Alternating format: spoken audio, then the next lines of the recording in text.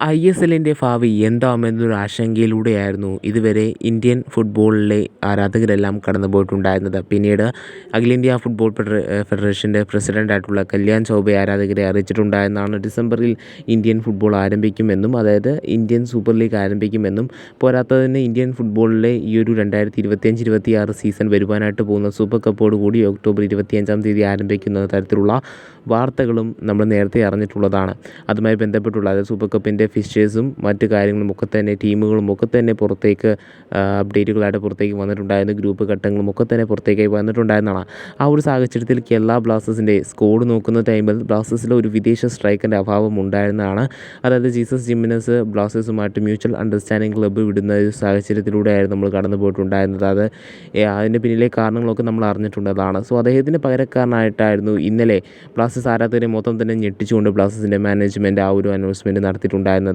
ISLൻ്റെ transfer window, അതായത് Indian ഫുട്ബോളിലെ Indian transfer window transfer ജാലകം അവസാനിച്ച സാഹചര്യത്തിൽ ഫ്രീ ഏജൻസ് ആയിട്ടുള്ള താരങ്ങളെ മാത്രമേ സൈൻ ചെയ്യുവാനായിട്ട് പറ്റുന്ന ഒരു സാഹചര്യമായിരുന്നു ഉണ്ടായിരുന്നിട്ടുണ്ടായിരുന്നത്. സോ അതിനാൽ തന്നെ ബ്ലാസ്റ്റേഴ്സ് സ്പെയിനിൽ നിന്നും ജീസസ് ജിമിനസിൻ്റെ പകരക്കാരനായിട്ട് കോൾഡോ ഒബേറ്റ എന്ന് പറയുന്ന ഒരു സ്ട്രൈക്കറെയായിരുന്നു ടീമിലേക്ക് എത്തിച്ചിട്ടുണ്ടായിരുന്നത്. ബ്ലാസ്റ്റേഴ്സ് ആരാധകരെ മൊത്തം തന്നെ ഞെട്ടിച്ചിട്ടുള്ള വളരെയധികം ഒരു സർപ്രൈസ് മൂവ് തന്നെയായിരുന്നു കോൾഡോ ഒബേറ്റയുടെ ഈ ഒരു സൈനിങ് എന്ന് പറയുന്നത്. ഇദ്ദേഹത്തെക്കുറിച്ച് നോക്കുമ്പോൾ നമ്മൾ മനസ്സിലാക്കിയ ഒരുപാട് കാര്യങ്ങൾ ഉള്ളതാണ്. അതായത് ഒരു ബോക്സിൽ മാത്രം ഒതുങ്ങിക്കൂടി നിൽക്കുന്ന ഒരു സ്ട്രൈക്കറല്ല. അൽവാരോ വാസ്കസിനെ പോലെ ഓൾ ഇൻ ഓൾ ആയിട്ട് പോസ്റ്റിൻ്റെ വെളിയിൽ നിന്നും സിസിയാടിൽ നിന്നും ഒക്കെ തന്നെ ഷോട്ടുകൾ ഉതിർക്കുവാനായിട്ട് കഴിവുള്ള ഒരു നല്ലൊരു കോമ്പാക്റ്റബിൾ ആയിട്ടുള്ള ഒരു ബ്ലാസ്റ്റേഴ്സിൻ്റെ അറ്റാക്കിംഗ് നിരയിൽ വളരെയധികം എനർജറ്റിക് ആയിട്ട് ബോൾ പൊസിഷനൊക്കെ വെച്ച് കളിക്കുവാനായിട്ട് സാധിക്കുന്ന ഒരു താരമാണ് കോൾഡോ ഒബേറ്റ. പോരാത്തതിന് കേരള ബ്ലാസ്റ്റേഴ്സിൽ ജോയിൻ ചെയ്തതുമായി ബന്ധപ്പെട്ട ഇദ്ദേഹം ചില കാര്യങ്ങളൊക്കെ തന്നെ വ്യക്തമാക്കുന്നുണ്ട്.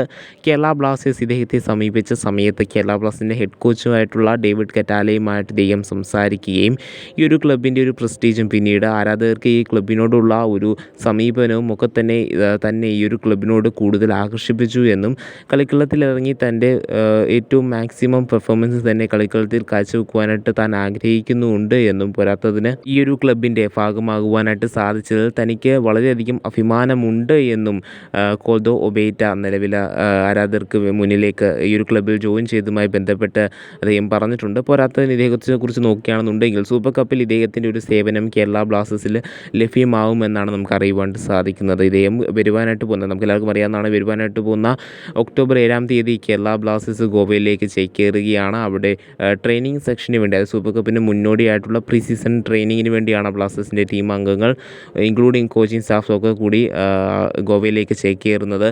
അവിടെ ചെന്നിട്ട് ഇദ്ദേഹം, അതായത് കോൾഡോ ഒബേറ്റയും ഈ ഒരു ട്രെയിനിങ് സെക്ഷൻ്റെ ഭാഗമാകുമെന്നൊരു വാർത്തയാണ് നമുക്ക് അറിയുവാനായിട്ട് സാധിക്കുന്നത്. ഇദ്ദേഹം കേരള ബ്ലാസ്റ്റേഴ്സ് ടീമിനോടൊപ്പം ഗോവയിൽ വെച്ച് ടീമപ്പ് ആകുമെന്നും നമുക്ക് അറിയുവാനായിട്ട് സാധിക്കുന്നുണ്ട്. സോ ഇദ്ദേഹത്തിന് വലിയ മികച്ച ഒരു നല്ലൊരു അവസരം തന്നെ കേരള ബ്ലാസ്റ്റേഴ്സ് ടീമിൽ ഉണ്ടാവട്ടെ നമുക്ക് പ്രതീക്ഷിക്കാവുന്നതാണ്.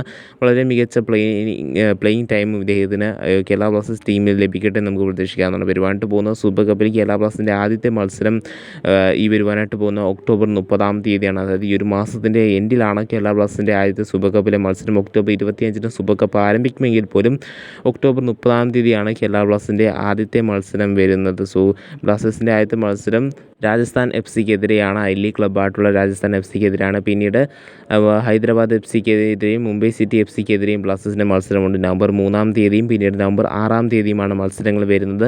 സോ കേരള ബ്ലാസ്റ്റേഴ്സ് വിചാരിച്ച് കഴിഞ്ഞാൽ വളരെ മികച്ച ഒരു പ്രകടനം തന്നെ ബ്ലാസ്റ്റേഴ്സിന് ഈ ഒരു സൂപ്പർ കപ്പ് ടൂർണമെൻറ്റിൽ കാഴ്ചവെച്ചുകൊണ്ട് കേരള ബ്ലാസ്റ്റേഴ്സിന് തങ്ങളുടെ AFC സെക്കൻഡ് ടയറിലേക്കുള്ള സ്പോട്ട് ഉറപ്പിക്കുവാനായിട്ട്, അതായത് ഈ ഒരു സൂപ്പർ കപ്പിലെ ഗ്രൂപ്പ് ചാമ്പ്യന്മാരാവുന്ന ക്ലബ്ബുകൾക്ക് മാത്രമാണ് സെമി ഫൈനൽ യോഗ്യത ലഭിച്ചു കഴിഞ്ഞാൽ ഒരു പക്ഷേ കേരള ബ്ലാസ്റ്റേഴ്സ് ചാമ്പ്യന്മാരാവുകയാണെന്നുണ്ടെങ്കിൽ AFC സെക്കൻഡ് ടയറിലേക്കുള്ള ഒരു ഒരു ക്വാളിഫിക്കേഷൻ ആയിരിക്കും ബ്ലാസ്റ്റേഴ്സിന് ലഭിക്കുക. സോ നമുക്ക് കണ്ടു തന്നെ അറിയാം കേരള ബ്ലാസ്റ്റേഴ്സിന് ഒരു മികച്ച പ്രകടനം ഈ വരുവാനായിട്ട് പോകുന്ന സൂപ്പർ കപ്പിൽ കാഴ്ചവെക്കുവാനായിട്ട് സാധിക്കുമെന്നുള്ളത്.